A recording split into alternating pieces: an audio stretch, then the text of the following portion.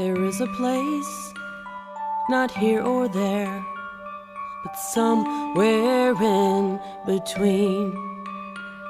There is a space in the thin air that really can't be seen. If you listen and observe, you may be surprised. Some may call it Camelot or even paradise. Some may say you cross a bridge, others through a door.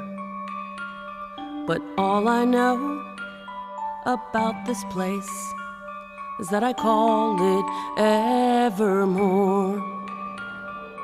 Evermore.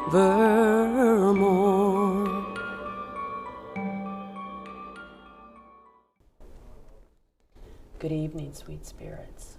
Welcome to the show.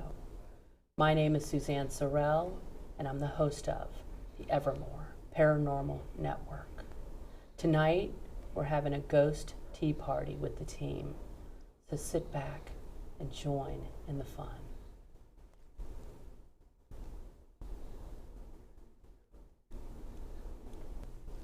Thank you for joining us on our first ghost tea party.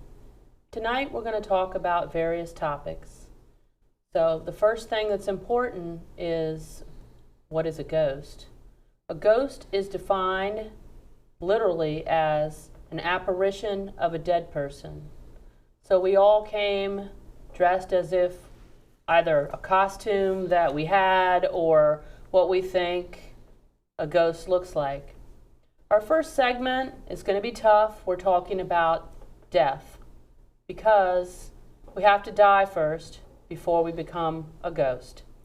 So the first question is, how old would you like to make it to? How old do you want to live to? Now, I will start with my answers, and feel free to answer if you feel like it, or just pass.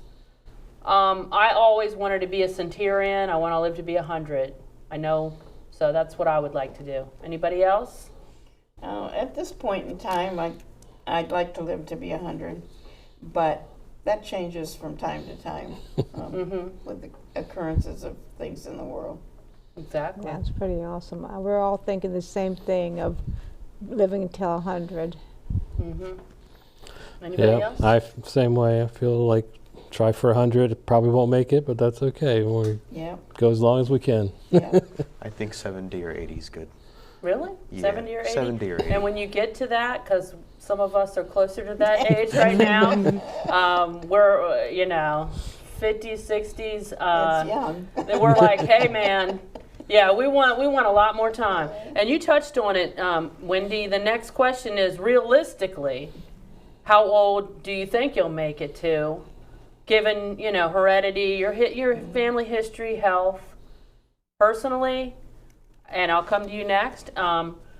Personally, my family, I've had cancer before, so, I'm always worried it's going to come back. And I think I'll probably live into my 80s. Most of my family has lived to the 80s. And 88 sounds like the perfect number for me. 88's my number. How about you, Wendy? You were touching on that. My family, cancer runs very prevalently on my father's side of the family. And if you don't die by the time you're 75 from cancer, you live forever. My great-grandmother was 105. My grandmother was 101. Wow, nice. So you actually have a chance to make it to 100. I'm jealous. Really? Mine's all died in the 80s, so, nobody's made it to the 100. But I've always been the first in my family to do things, so. Yeah. How about you guys? How, I would like to live till 90. 90? Yeah. Yeah. Well, you already said, right? You don't. I would say Realistically, 80. you think. Realistically, I'd probably live to be 85, maybe. Probably Jim? 85. Yeah, I think realistically in my 80s, mid to 80s maybe. I did have a grandfather, my great-grandfather, he lived to 95. Yeah. Wow. So that's... My mother's still alive at 95. And Yeah, Oh, well then she's gonna outlive all of us Yeah. right here. You know that. Exactly. So obviously we want to live longer than we think we probably will live, but we can always, we're going to look on the bright side. The next question I have is, I did a show recently called about Victorian mourning rituals, and one of the things that they used to there was something called the good death. And the good death is where, this is like the perfect scenario in Victorian times. The person that's dying isn't laying in the bed, all their loved ones are around them, the clergy, the doctors, everybody's saying their goodbyes and having their last words, and it's just the most beautiful, peaceful ending. So, that sounds pretty good, right? Right? That sounds pretty good. But what would be your perfect scenario? Like, would it be that? Would you add to it, change it? What would you do? I, for one, think that sounds pretty good. I have to say, I'll add to this. My mom always wanted to die in her sleep. And she didn't want to just go to sleep, not wake up. And I kind of think that's a kind of a good thing too, especially if you're in good relations with people. My mom technically did, because she was in a coma.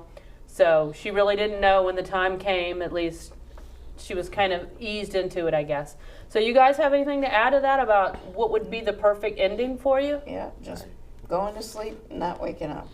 Yeah, no, not going out in pain. That's peaceful, right. painless ending. Right. That's right. Oh, well. With family around you. Yeah. Yes, family, loved ones knowing. But again, we know, in reality though, how do you think that you will pass away? And I know that's tough, y'all. I warned you some of these questions are tough. I'll start. I'm a cancer survivor. I really do. Every year I worry. I'm almost 15 years cancer free, but I always think next year's the next, the next year it may be, the next year it may come back. So that's why I live 1 year at a time, doing everything, making sure my slate is clean with everybody. They know I love them. They know I care.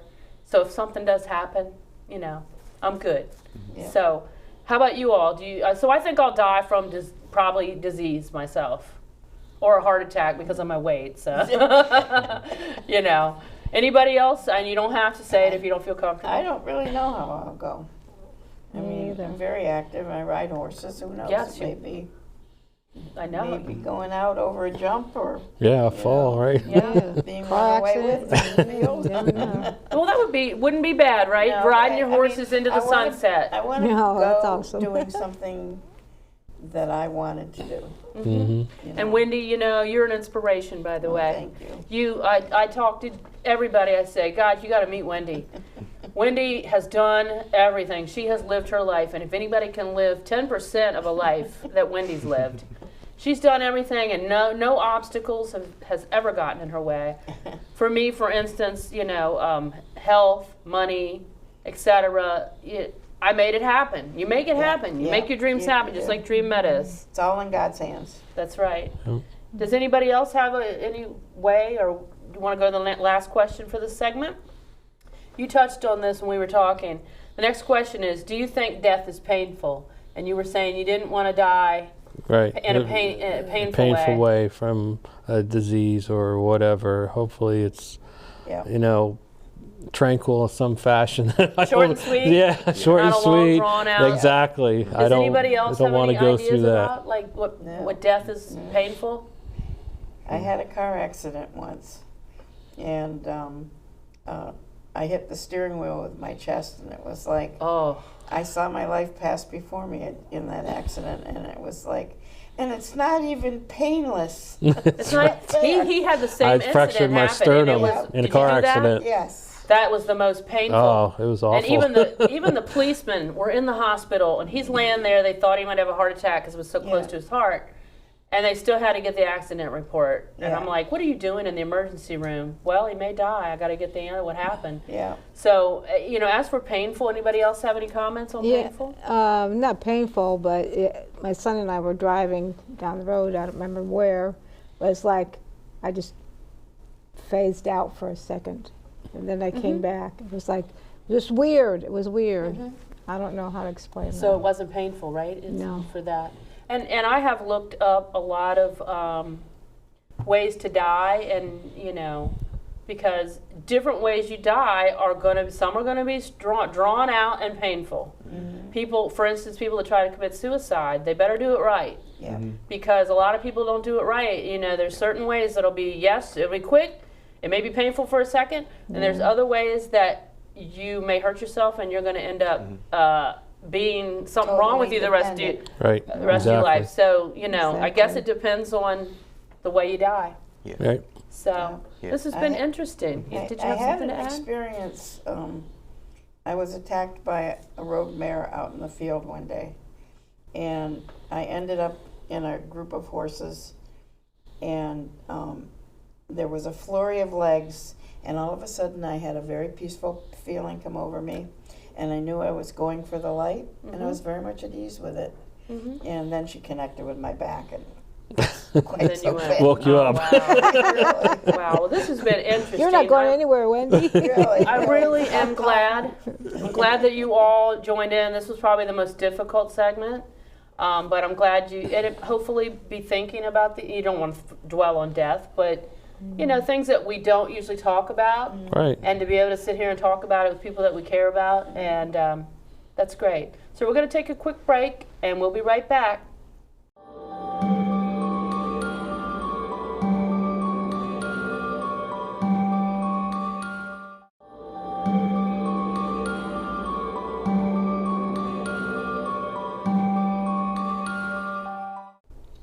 Welcome back. So now we're going to talk about funerals, mostly our funerals. So first of all, I want to know if you want to be buried or cremated. I, for one, I always start with me to get it out so you guys, if you don't feel like answering, you don't have to. I'm going to be cremated. I've known that since I was a kid. My mom was cremated, and to be honest with you, I know I'll be dead, but I'm kind of thinking claustrophobic in that box. And I don't like frogs. I'm terrified of frogs, and I can just see them just hopping around all over me. So, no, I'm cremated. Thank you. Anybody? I would like to be cremated, and over Yosemite. Oh, okay. Yeah, I don't want no bugs eating my bones. I'll remember that. See, I'll know that, Kat. We'll take you. Jim would love to go to Yosemite. Yeah. But, you know, that's going to be a long time from now. Yeah. No, I don't know. My religious belief is that I can't be cremated. Oh, okay. But I can't even be embalmed. Wow. Oh, And really? It's the Jewish, Jewish right? faith, yes. You're buried in a pine box. Mm-hmm. And from dust did you come, and dust you shall be. Ah, okay. So, Learned something. Scriptures. Yeah. But I don't know. I probably will be buried like everybody else in my family. Yeah. Anybody else? Well, I know what you want. Yeah, Go I would be ahead. buried. Yeah. We have an issue because he wants to be buried and I want to be cremated. So You can be in the same box. that's what I'm Oh, planning. yeah. Well, Mom's cremated. I'm going to be cremated, and the plan is he's got to outlive us so that we can all join him in the box. That is a three-way. I mean, sorry, it's a three-way. Nothing sexual there, but that's the deal. So he's got to outlive us. He has has to. Yeah. How about you, Gabe? Have you thought about it? He's so young. I God's life. I have thought about it. I kind of feel indifferent right now. I mean, if I would probably leave it up to my family. I mean, I believe the earth is your best friend. So I mean, if they wanted to bury me, they can bury me. If they want to spread some of my ashes somewhere, then they can do that. But I mean, as long as I guess if I'm somewhere in the earth, then that's fine. Okay. And you got to remember, too, the burial and cremation are totally different in costs. You know, Yeah. I mean, my mom's was maybe about $3,000 total. A funeral can be up to $20,000. I spent $10,000 on my dad. It's outrageous, and that's when you already have the plot. Yeah. So yeah, exactly. that's Yeah, we had the sometimes plot. it's not a choice; it's what you can afford. Right. Yeah. Yep. So at your funeral, when they do your eulogy, what are 3 characteristics you'd like people to say about you? Or if you can't think of 3, I'm not sure. I said I want people to know that I'm honest, loyal, and the third one I would say determined. You know, I put my mind to what I want to do in life. What do you guys think? What do you want people to remember you by? No? Headstrong. Check. Check. That's right, Wendy. Very caring. Good in a good way. Very caring. For you, caring? Yeah. Anything else? Anybody? What do you want to I be? guess caring would be one that I would want to. Nobody else? Jim, what are you? Honest and ethical, Yeah. good person. Yeah, good person. Yeah, Yay. pretty Helping. much. Same Pretty thing? much. Yeah, pretty much all the same. Just strong, loyal, like you said, and Yeah. determined. Yes. See, that's why we all have different, kind of different religious backgrounds. We're different ages, but we still all have that same core. That's why we get along so well. We have that core that we all want to be like that. I just wanted to add, I've done some EVP sessions at cemeteries, and they've come back. One of the questions was, you know, what do you think of me or whatever, and it's come back time and time again. Kind comes back. Wow. They think I'm kind, and I'm like, you know what? That's one nice compliment. I really Yeah. like that. Yeah, it could be a lot worse, right? So it could be. Well, on the opposite, I have had devil and demon come up for me too. So I don't know. Anyway, what would you want to attend your own funeral as a ghost? Why and why not? Why or why I'll not? be there.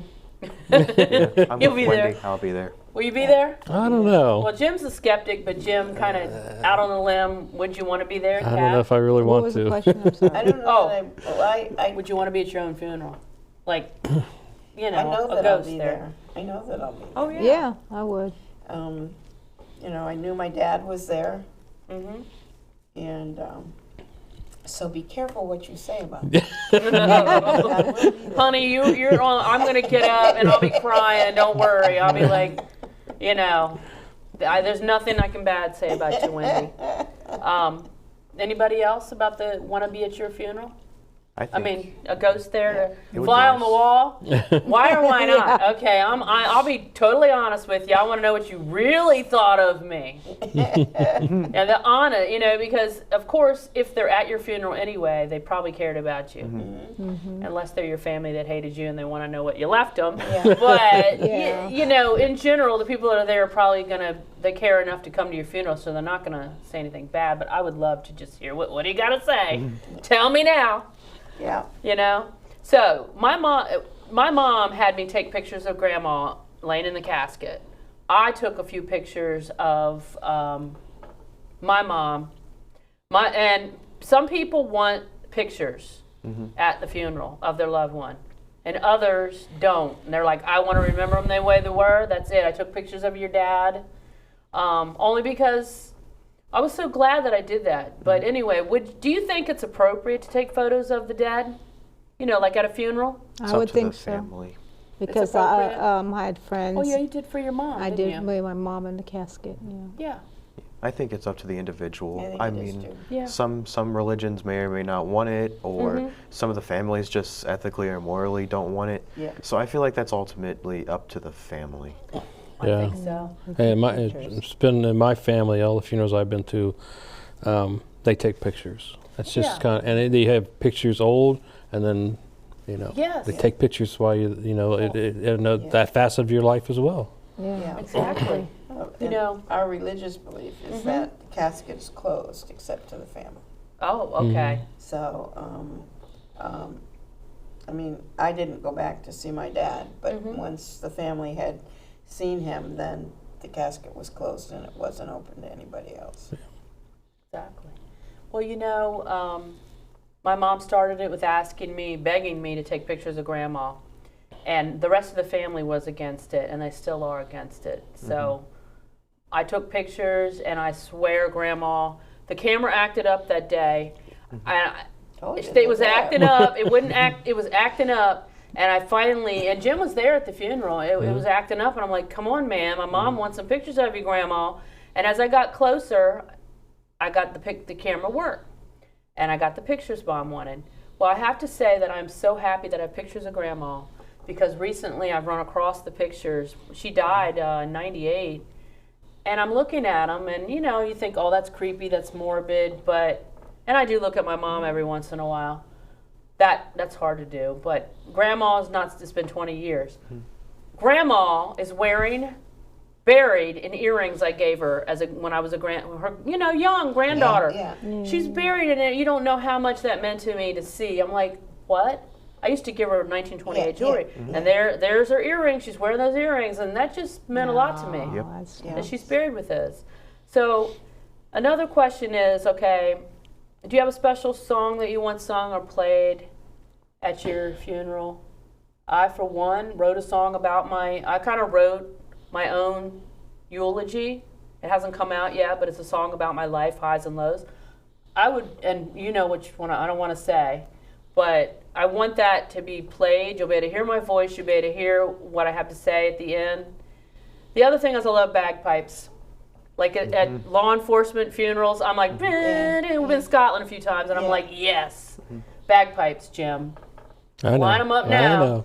How about you guys? You got a song that you want played, sung? No, I haven't really thought about it. It's become kind of a tradition in the band that I'm in, the community band that I'm in, that we play for our members that have passed. We just recently played for our conductor emeritus who passed away. And we played for his wife. What do you play? I mean, Played French horn. I know, but like what song? We just play usually the City of Fairfax March, and then the various hymns and things. Oh wow! Depending upon who it is. Okay, well, be ready for me one day. Yeah. Be ready. We're talking about this stuff, and I know we've run past. We got a couple more questions, so we're gonna. Anybody want to add to the song? I mean, I would probably. There's a speed. Not heavy metal like the funeral. Well, Gabe. it's a speed metal band called Dragon Force, and they play a song called "Through the Fire and the Flames" that, I mean, almost every metalhead probably knows. Okay. I mean, it's so. It's kind of like. One of the lyrics is like, "Through the fire and the flames we carry on." So, Awesome. You're kind of passing through that fire of life. Wow. How about you, Kat? She loves. I haven't thought. I got so many songs. Stairway to Heaven, maybe? I don't know. That's the kind of song that you like, right? Right. That's why I thought. Jim, have you ever thought about it? Not really. I don't really care. You know? Okay. No. I'll just sing to you. That'll be good. I'm hoping to write a song. I've written songs for a lot of people. I have written a couple for Jim, but they're not good enough. I want the one I write for Jim to be, I don't know how I'll sing it. I'll probably have to record it, and it'll be very special.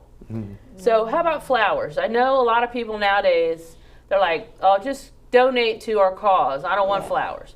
My mom was totally against flowers, got no flowers. She said, they're wasting money. How about you all? You want some flowers? I want flowers galore. Okay, honey. She wants flowers. I should have known. What's your favorite? Oh, lots of flowers. Well, we did a whole bunch for my mom. I mean, all kinds of flowers. I mean, they are so expensive, but Again, my religious belief said it's very plain. Plain, no flowers. Okay. Well, I may break some of your rules, man. Okay, last one for this segment. I know we've run past it, but that's okay because I really want to know the answers. Your epitaph on your tombstone, is there something that of course mine won't be a tombstone, but maybe a plaque or something, like what you want on your tombstone, an inscription. For one, Merv Griffin used to say, and you're too young for Merv Griffin, but you don't even know who he is, but he was the only talk show host for years and years and years and years. Yeah. And he would always say something like, we're going to take a quick, we'll be right back after this message. And I saw on the internet that his tombstone is, we won't be right back after this message, or I won't be right back. So people, I've seen jokes, I've seen that secret recipe that nobody knew when they were alive, and put it on the darn tombstone. What would you like put on your tombstone?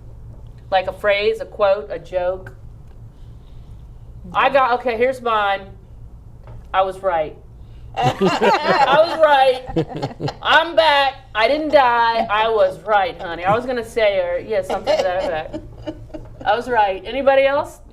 I haven't really given it much thought. The one and only. Yeah, there you go. That's good. I would say like the two things I've been thinking of is, I mean, I know I say I don't listen to pop music, but I can't say I haven't heard it.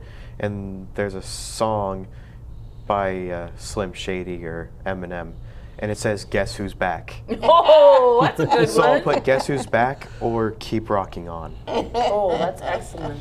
Have you thought of anything? I was thinking Gone Hunting. Gone hunting. Gone hunting. That's perfect. Okay. You know, he doesn't want this one, and this is the end of the segment, but he doesn't talk a lot, and I threaten him over and over and over. Man, a few words. But now I know what to put on there, so I like that. Gone hunting's perfect. So thank you for watching the Evermore Paranormal Network. Until next time, peace out.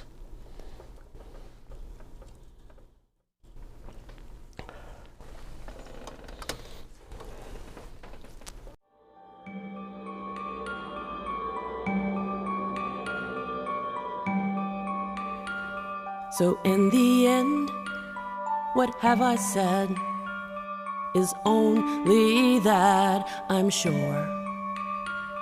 For all I know about this place is that I call it Evermore.